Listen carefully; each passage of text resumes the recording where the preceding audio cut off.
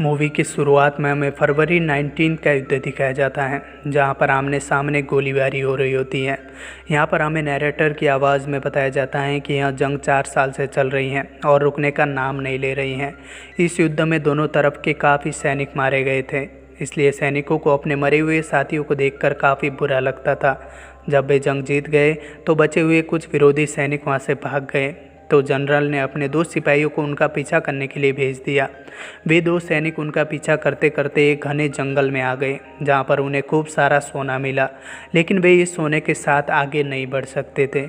इसलिए उन्होंने इस सोने को एक जगह छुपा दिया और आगे बढ़ गए।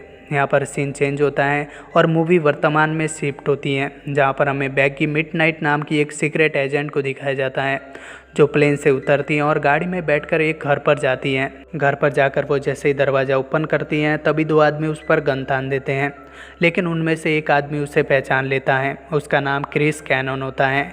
उसने ही बैकी को 4 साल मिलिट्री में ट्रेनिंग दी थी। वही उसका एक दोस्त भी होता है जिसका नाम मार्क ऑस्टिन है। असल में ये दोनों बंदे भी सीक्रेट एजेंट होते हैं। थोड़ी देर बात करने के बाद बैकी अपने कपड़े चेंज करने के लिए जाती हैं। वे सभी अपने कपड़े चेंज करते हैं और अपने मिशन के लिए रवाना हो जाते हैं। वही हम दूसरी तरफ कुछ मवालियों को आपस में कुश्ती करते हुए देखते हैं। वे कुश्ती कर ही रहे होते हैं, तभी बैकी वहाँ पर आ जाती है और बाहर खड़े गार्ड को सेड्यूस करके उसका ध्यान भटकाने की कोशिश करती है। जैसे ही गार्ड बैकी के हुस्न जाल में फंस जाता है तो पीछे दूर छिपे क्रिस और मार्क मौका देखकर पीछे से उन गुंडों के अड्डे में घुस जाते हैं, जहाँ पर मार्क को ड्रग का पैकेट मिलता है, लेकिन वे उसे इग्नोर करके आगे बढ़ जाते हैं। जैसे ही वे आगे बढ़ते हैं वे गुंडों के सरदार को देखते हैं। वे उसे हाथ खड़ा करने के लिए बोलते हैं, लेकिन गुंडों का सरदार और उसके लोग उस पर गोलियां बरसाना शुरू कर देते हैं। उसके बाद दोनों तरफ से गोलीबारी होती है, जिसमें सारे गुंडे मारे जाते हैं। तभी वे तीनों देखते हैं कि 2 गुंडे वहाँ से भाग रहे हैं। बैकी तरकश से फायर क्रैकर एरो चलाती हैं, जिसमें वे दोनों मवाली बेहोश हो जाते हैं और वो लोग उन्हें पकड़ लेते हैं। इतने में डिक्सन वहाँ पर आ जाता है। वह उन तीनों का सीनियर होता है। वह उन तीनों को खरी खोटी सुनाकर उन 2 मवालियों को लेकर वहाँ से चला जाता है। उसके जाने के बाद वे तीनों एजेंट नोबल इवा को फ़ोन करते हैं और उसे बताते हैं कि डिक्सन उनके काम में दखल अंदाजी कर रहा है। तो एजेंट नोबल उनसे कहती हैं कि तुम बेफिक्र रहो, मैं हेडक्वार्टर से बात करके उसके खिलाफ चार्जेस भेजती हूँ। अगले सीन में हम सैंटियागो को देखते हैं। वो एक बार में बैठा होता है। वहाँ फ़ोन में अपने आदमियों से कहता है कि वो जल्दी से अपना काम ख़त्म करें। तभी वहाँ पर डिक्सन आ जाता है। सैंटियागो डिक्सन को बताता है कि उसका करीब 100 किलो कोकेन का नुकसान हो गया है। यहाँ पर हमें पता चलता है कि वहाँ उसी फार्म हाउस का मालिक है जहाँ पर उन तीनों एजेंटों ने छापा मारा था। वहाँ डिक्सन को फार्म हाउस में हुए नुकसान के बारे में बताता है। वहाँ उसे बोलता है कि मैंने तुम्हें इस ओहदे तक पहुँचाने में बहुत मदद की है, तुम भी मेरी मदद करो। ये सुनकर डिक्सन कहता है कि उसने उन तीनों एजेंटों के खिलाफ नोबल एजेंसी में रिपोर्ट कर दी है, वे जल्द ही सस्पेंड हो जाएंगे। लेकिन सैंटियागो सस्पेंड नहीं करना चाहता था, वह उन तीनों को मारना चाहता था। इधर नोबल एजेंसी का मैन हेड उन तीनों एजेंटों को सस्पेंड कर देता है। एजेंट इवा उसे रोकने की कोशिश करती हैं, लेकिन वो उन तीनों को सस्पेंड होने से नहीं रोक पाती। वह उन तीनों को फ़ोन करके वो बताती हैं कि वो सस्पेंड हो चुके हैं। वो उन्हें छुट्टियां मनाने की सलाह देती हैं। उस रात वे तीनों एक पार्टी में जाते हैं, जहां पर बैकी और क्रिस इंटीमेट भी होते हैं। वही दूसरी तरफ सैंटियागो एक लड़की को बुलाता है। वह उसको उन तीनों एजेंटों को मारने की सुपारी देता है। वह उससे बात कर ही रहा होता है, इतने में डिक्सन भी वहाँ पर आ जाता है। वह सैंटियागो को चेतावनी देकर वहाँ से चला जाता है। इधर सस्पेंड हो जाने की वजह से मार्क, क्रिस और बैकी घूमने जाने की तैयारी करते हैं। वे एजेंट नोबल इवा को कॉल करते हैं और उससे घूमने जाने के प्लान के बारे में भी बताते हैं।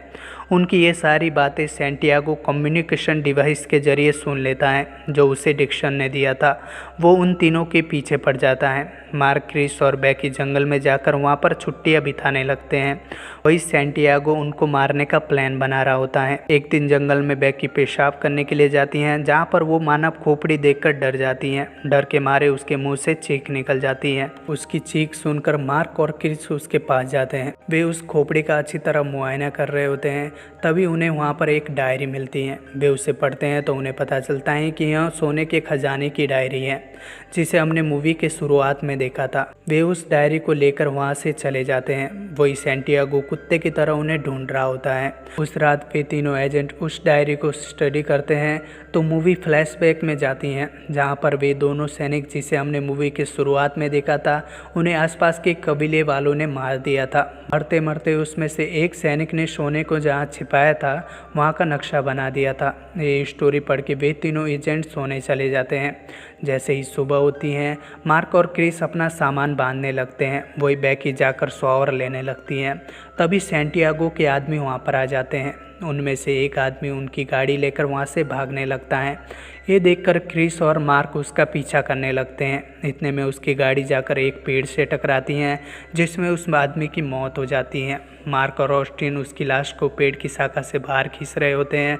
तभी उनकी नज़र पेड़ पर गड़े एक चाकू पर जाती है, जिसका जिक्र उस डायरी में किया गया था। वे दोनों समझ जाते हैं कि इसके आसपास ही खजाना छिपा है। दूसरी तरफ इधर बैकी पर भी एक आदमी हमला कर देता है, लेकिन बैकी उसे मार देती है। तभी क्रिस और मार्क भी वहाँ पर आ जाते हैं। वही सैंटियागो भी समझ जाता है कि उसके आदमी मारे गए हैं। अगले सीन में हम ईवा को देखते हैं, जो डिक्सन के ऑफिस में जाती हैं और उससे उन तीनों एजेंटों को सस्पेंड करने का कारण पूछती हैं। तो डिक्सन कहता है कि उन एजेंटों ने उसके नाक में दम कर दिया था। तभी ईवा को क्रिस का कॉल आता है।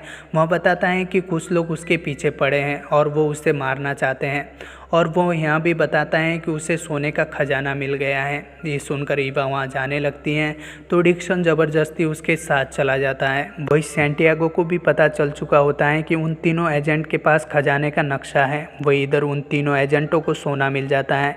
इतने में सैंटियागो भी वहाँ पर आ जाता है। वह उन तीनों से कहता है कि उसने उसका फार्म हाउस बर्बाद कर दिया है, जिसका वहाँ बदला लेकर रहेगा। वह उनकी तरफ बंदूक तान देता है और उसमें सोना भरकर अपने साथ बोट पर चलने के लिए कहता है। वे सोना लेकर बोट पर जाने लगते हैं। मौका देखकर बैकी उस लड़के पर हमला करती हैं। तभी डिक्सन और ईवा भी वहाँ पर आ जाते हैं।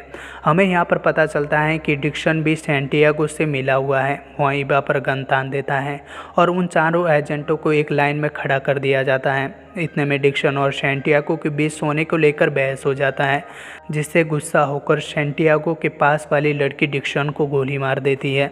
मौका पाकर वे एजेंट वहाँ से भागकर छुप जाते हैं। वही सैंटियागो उस लड़की के साथ सोना लेकर चॉपर में वहाँ से भागने लगता है। ये देखकर एजेंट ईवा उस पर एरो चलाती हैं और उसका किस्सा ख़त्म कर देती हैं। मूवी के अंत में बैकी और क्रिस एक होटल में जाते हैं और वो वहाँ पर इंटीमेट भी होते हैं। उसके बाद वे चारों हंसी मजाक करते हैं और यहाँ पर फिल्म का दी एंड हो जाता है। अगर आपको वीडियो पसंद आए तो वीडियो को लाइक करो, कमेंट करो और चैनल को सब्सक्राइब करके बेल आइकन को प्रेस कर दो। मिलते हैं अगले वीडियो में, तब तक के लिए बाय बाय।